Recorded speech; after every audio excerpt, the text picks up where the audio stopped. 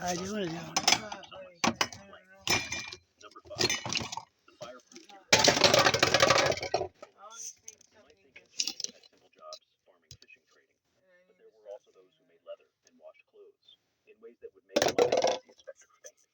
Let's start with the farmers, the people who made leather in medieval cities. To treat animal hides, they soaked them in a mixture of urine, lime, and animal dung for days. Yes, literal human waste. They would stir the bats barefoot up to their knees in product. Okay, sponges. Pneumonia, so strong it could knock out a horse. Okay. Diseases, lung infections, plenty of common occupational hazards. The stench was so vile that tanners were forced to live and work outside city walls. They were considered socially unclean, and yet their leather was in high demand for armor, shoes, and saddles. The irony, the dirtiest people made the materials for the most powerful ones. Oh, there's a bag that's ruined. The laundry workers of ancient Rome. They cleaned clothes That keep it hygienic. with fermented urine. Roman citizens even paid a urine tax to survive. Fullers stomped on tunics and baths of warm urine for hours, then rinsed them and dried them in the sun. The smell stuck to their skin for life. Some even went bald early from the fumes. And yet these men were respected craftsmen that set the department life. Rome's togas wouldn't have been white. The empire's image of power and purity would have been stained. History loves its clean empires, but it forgets the people who got filthy building them. Number 4, the human torch. Early firefighters. You might imagine firefighters as modern-day heroes with sleek gear and oxygen tanks, but rewind and their bravery looked a lot more like suicide. In the 17th to 18th centuries, cities were picketed. When houses packed tight together, that's what it was. Open flames fire could devour an entire neighborhood in an hour. The first responders. Fuck. They ran into encounters carrying ladders made of wood. If the fire didn't burn them alive, collapsing beams or exploding barrels of oil finished the job. There were no oxygen masks. Most deaths weren't from flames, but from smoke inhalation. The sight of men staggering out of a burning building, eyes bleeding and lungs scorched.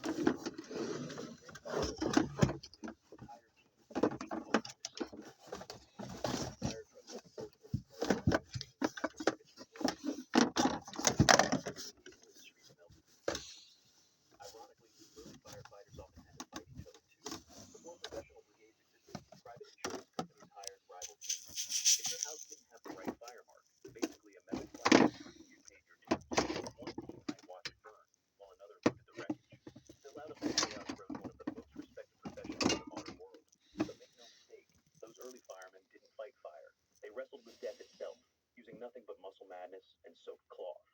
Number 3, the mummy makers, ancient Egyptian embalmers.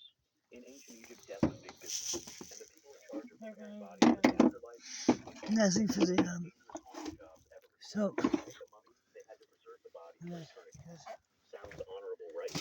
Except the process involved carving open corpses, removing organs with bare hands, drying the body in salt for weeks, and coating it in resin and oils. Many embalmers lost their stuff right here. eyesight and even sanity from constant exposure. But it wasn't just the chemicals that made the job deadly. It was the curse of ritual. Ancient Egyptians believed that the human body was sacred. Touching it after death some more was soaps. unclean, so embalmers were treated like So water, sodium, C14, C11, olefin, some wore masks not just sulfate, for protection, but to hide their sodium. identities. And yet, they were trusted with the most intimate spiritual work imaginable. They sliced through royalty, scooped out organs, and stuffed skulls with linen and sawdust to keep the face presentable. The brain, ironically, was discarded. It was they also used salt that imagine working every day surrounded by rotting flesh, hot oil in the desert heat. Some died from infection, others from inhaling arsenic dust used to prevent decay. But here's the eerie twist. Embalmers were often buried in the same tomb complexes as the nobles they prepared lying forever. Besides the bodies they once hollowed out. In their own way, they achieved eternal life, just not the kind they were promised.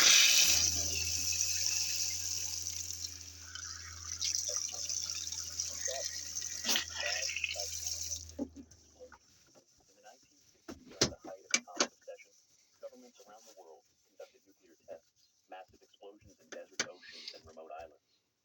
So you can use the hose there so you get all the areas so you can get everything clean. For the filter, for this thing back on. At Nevada test site in the U.S., soldiers were ordered to march toward mushroom clouds minutes after detonation. Some were told to dig trenches just miles from ground zero and observe. They were given no maps, no lead protection, not even proper warnings. When the blast hit, it was like staring into a second sun. Retinas burned, hair ignited, and the shockwave threw them to the ground. The military claimed it was safe. They called these experiments necessary for national defense. But years later, veterans began dying of leukemia, thyroid cancer, bone decay. Their children were born with deformities. The government quietly sealed the records for decades. Even worse were the downwinders, ordinary citizens living near the test zones. Farmers who drank radioactive liquid fallout dust that would become trauma. Many of them never even knew why entire families were dying young. Yet if you were kids from that era, soldiers smiled as you approached the photo room with a rising light inside. The reason the dinosaurs were easy to detect was before the first world war. Every empire had its version of the every huge progress was also the identity of its successors. Some were forgotten, buried, numbered down, but kept alive. Imagine wearing a mask for a terrifying winter for 2 centuries. It turns out you're not a monster. You don't know. You're here to die. And yet, it's one of the deadliest professions in history. During the Black Desert in 1920, when entire towns were wiped out by radiation, military officials stopped war pilots from safety. They warned the desert residents that if they did not please wear their masks, they would burn and lose their first son before. They believed the masks offered them safety from war. In reality, it was nothing but a false sense. Those doctors weren't just trained physicians. These often hired anyone willing to face death daily for a paycheck. Their tools were a wooden cane to poke the face of patients and a pistol to shoot bullets. Their methods were usually proven far too expensive. To die from the plague was a waste of money and a waste of life. Most jobs didn't just get death benefits or insurance. Some even paid $1,000 to see you die. Some died in chronic pain and starvation, while others went mad from isolation or premature decay. Yet, fidelity was not 50% of the culture. They were afraid of how they would look when they finally went home, lying on the ground in the dirty, dark smoke shops in the factories. If you ever feel your office job is stressful, just remember that you sit there wearing a leather suit in a lab coat, sitting surrounded by piles of burning bodies. That's it for today. I'll see you in 2 days here for the future. Subscribe to see it.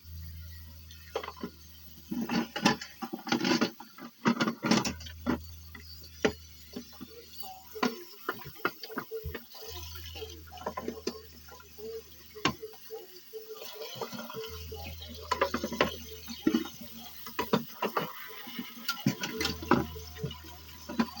every week. So it starts with this. This woman was holding my cart into the grocery store and then slammed the back of the wheels into the cart. All the grease just broke there and burned up all notifications and the whole thing totally ruined her day. Let's take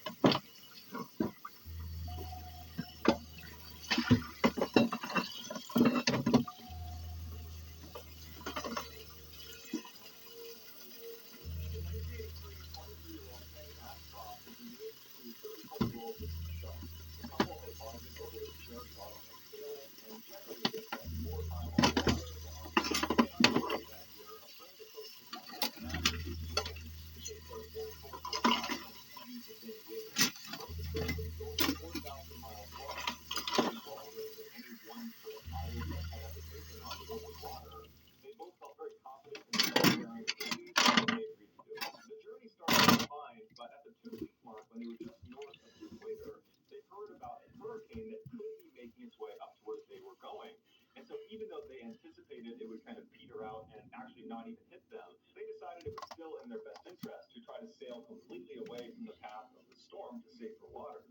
But over the next couple of days, the storm only intensified and continued to change directions, making it really hard to predict where safer waters was going to be. And so Tammy and Richard kept desperately trying to get farther and farther away from the storm, but it was like every time they would change course and get farther away, the storm would speed up and change directions and still be coming straight for them. And so finally, it got to the point where Tammy and Richard realized they could not actually outpace the storm, that they would have to weather it. And so on the day it was going to hit them, they donned their rain gear and they boarded up the windows and then they stood on the deck of their yacht looking out at the horizon as this Category 4 hurricane is just barreling straight towards them. Tammy would go on to say that she never fully appreciated just how terrifying being in a hurricane is out at sea until she was in one. She said it was a constant barrage of 50-foot waves that would literally launch the yacht. It would become airborne, then it would come crashing down, and each time it landed, she felt like the boat was going to break in two, and then as soon as it did slam down, another wave would land on top of them.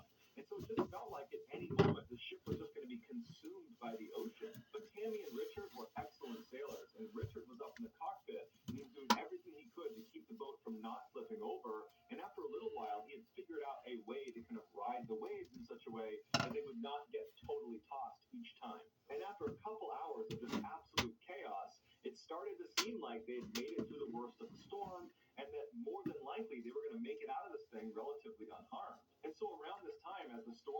waiting to calm down. Richard is anchored in place in the cockpit with the safety line attached to him to the ground, so he's not going anywhere.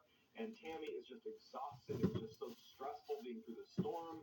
And Richard noticed, he said, Tammy, I got this up here. Go down into the cabin and you can try to get some rest. And Tammy was very grateful and she agreed.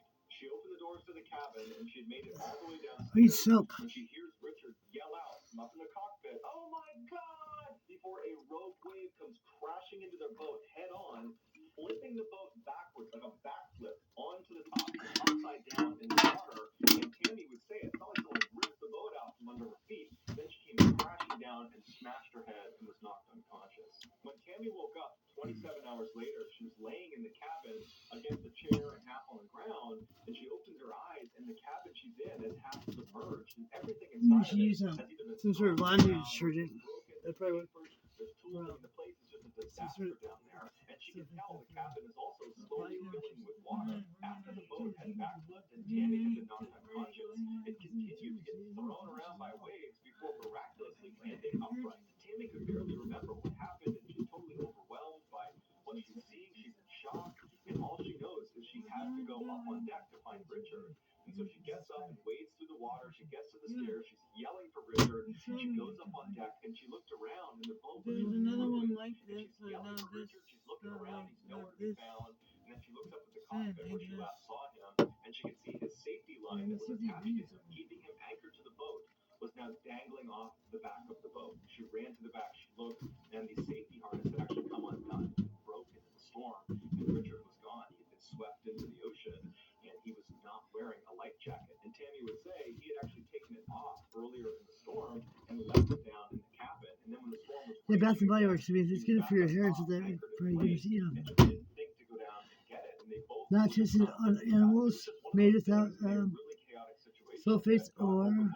And although Tammy wanted to grieve parabens, the loss of her fiance, made it was without like she knew parabens or her dyes, survival artificial was kicking dyes, in, not and she tested on knew animals, if she didn't act quickly balled to with fix 50% the recycled plastic. situation, she too would die. And so she began robotically taking stock of the boat's condition, and she saw the masts had But broken maybe, clean off, the sails were now dragging in yeah, water, so the engine, the you have to radio, the wash with. electronic navigation system, the Okay, emergency just position like I indicator said. device, Yeah, all I'm of it sure. was ruined. I'm So sure. all Yeah, alone in the middle of the ocean with nothing in sight, no ships, no I'll land, no figure something anything, else out. on a ruined Yeah, ship supposed to that's get these hand rapidly sands. sinking. They just gotta After get clean finding when you out get that them. her fiance has been swept out to his death in the middle of a storm, Tammy managed to stay composed, and she built a makeshift sail and began sailing the ship, and she also began slowly pumping the water out of the top. She went back into the cabin, and she discovered some of the almanacs were still in there, and she discovered there was a current that she thought she could get to, and so using just a checkbook and a watch, she manually navigated this broken down ship using this makeshift sail into this current, and then for 41 days, she survived on canned food and peanut butter, and she sailed 1,500 miles to Hawaii. And the whole time, she's thinking to herself, if my calculations are off, then this is not the current I'm supposed to be in. I will survive on Hawaii. Thousands of the ocean water, and I will run out of food and water, and I will die. But she didn't die because the calculations were spot on. When Tammy finally stepped foot on land in Hawaii, she was relieved that, she had made it and that she was going to live. But at the same time, she had this flood of emotions where she was suddenly so sad about the loss of Richard. It was like she really hadn't had a chance to grieve his loss because that whole time after the accident, she was focused on survival. And although Tammy would make a full recovery, it would take her 6 years to learn how to breathe again because of the head injury she sustained when the boat capsized. But when she did regain that skill, she finally stopped, and she wrote her and Richard's story in a book called Red Sky and Morning that became an international bestseller and was converted into a movie called Adrift.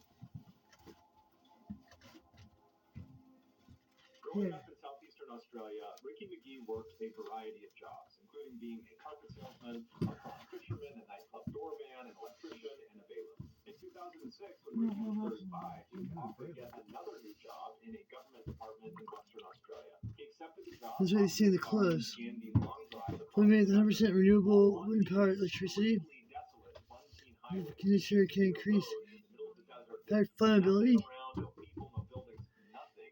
He's driving along and he sees a group of 3 men standing outside of their car. Holy shit. He assumes they must have broken down, so he pulls over to ask if they need help. And they come up to him. They're so gracious that he stopped and they said, "We ran out of gas. Can we hop in with you and ride says, fine, climb on in. So the three men, they get in his car and they take off. And then after that, Ricky wants no more. They take him from Brooklyn to a company chain, which is basically a hospital that was open in North Florida. Ricky remembers this last camp. They sat out in the timer square and they looked outside of it, and the three guys were out on the couch and just sitting around looking at them and wondering outside. And he ate something. And so Ricky says, you know, I'm not really sure what's going on. And one of the guys comes over and offers him water. Ricky looked at the water because he's very thirsty, and would you believe the water was poisoned as well, because shortly after taking a sip, he passed out. When Ricky regained consciousness a couple of hours later, he was starving. He felt something tugging at his skin, and as he's laying there, he realizes there's black plastic right over his face. He is buried, and then he realizes there's a dingo that is standing on his chest that has tugged the plastic away from his face, because the dog is trying to take a bite out of Ricky, but the dog is the one that saved his life by creating an air pocket in the plastic. Ricky screamed at the dog panicked and leapt out of the hole and ran away, and Ricky was able to work his finger up his hole and pull it all the way open and push himself out of the plastic, and he realized there wasn't much dirt or rocks that had been placed over him. They probably thought he would just suffocate in the middle of the desert and no one's going to find him anyways, but here he is. And so he stands up in his grave and he looks around, and there's no sign of the three men. His car is gone. He realizes they also took all of his clothing, even his shoes. He's got no food. He's got no water. He's in the middle of the desert. There's no roads. There's no people. There's no buildings. There's nothing. At this point, it just seems like it does not make sense of what is happening. He looks through his survival pocket. Does it appear his car? Does it appear the skeleton that is his car? He couldn't understand it. And so there was some shade behind a little bush. He sat down in the shade and he just sat there for several hours thinking, you know, what am I going to do? But not being one to like pessimist himself and try to eat, Ricky decides if he's going to survive, he needs to get up and get moving. After 10 days of wandering through the desert and seeing nobody, he came across this fairly large water hole, and he decided, you know what, I have a better chance of surviving if I just wait here until someone comes and rescues me, than if I just keep walking through the desert where I'm bound to just eventually die. And so he makes a makeshift shelter next to this water hole, and he begins to wait. After almost a week of being at the spot, Ricky has still not had a single thing to eat since this whole ordeal began. And so he's sitting there, his stomach is knots, he's so much pain, he's starving, and just then a lizard happened to run across in front of him, and without even thinking, he just reached out and grabbed it and took a bite out of it. And it was like all of a sudden this primal side of him was unleashed, and suddenly he had no issues eating anything that moved in the desert. For weeks, Ricky stayed at this spot, drinking from the water hole, and eating lizards, frogs, leeches, snakes, grasshoppers, Hell yeah, caterpillars, he can get touch his humanity. that moved anywhere in the desert, he would take it down and he would eat it. In fact, he developed an affinity for certain frogs over others, and he determined that these anyway were okay, but he didn't eat them really, really quickly, otherwise they would attach to the inside of his stomach. Ricky also ate plants, but at the end of the day, he had no idea what was harmful and what was okay to eat. He just ate what tasted good and got really lucky. But as much as Ricky was eating, it wasn't enough. He was starving. He was traveling through the desert, and he was starving to death. And so Ricky believed he didn't have enough time to just continue to wait at this particular spot. He needed to go out and find help. And so he left that water hole and began stumbling through the desert all over again. But he was so weak, he only lasted a couple of days before he found another water hole and he stopped there. And he built yet another shelter, this time believing it would become his tomb. Over the next couple of days, wild dogs began coming to his camp and circling his camp. It was like they knew he was about to die soon, or they just knew he was weak enough they could probably overpower him. At night, Ricky had to barricade the door of his shelter because the dogs would get restless and they would come to the door to try to follow him inside. On the 70th day of the ordeal, Ricky believed he was probably within a day or two of passing away. And so he put a cross on the outside of the shelter, believing that would be his tomb, and at least this way someone might notice it and find his body, and then hopefully let his family know what happened to him. But on the 71st day, when Ricky happened to be standing outside of his shelter, two ranch hands happened to be way off the road in the outback and were looking in his direction, and they saw him. And when they went over to him, they said he looked like a walking skeleton, and Ricky practically collapsed as soon as he saw help was finally arrive. The ranch hands evacuated Ricky from the desert and brought him to a hospital where he weighed less than 100 pounds. At the beginning of his ordeal, he weighed over 230 pounds. Despite filing a report with the police about the three men who attacked him, they were never caught. Ricky checked himself out of the hospital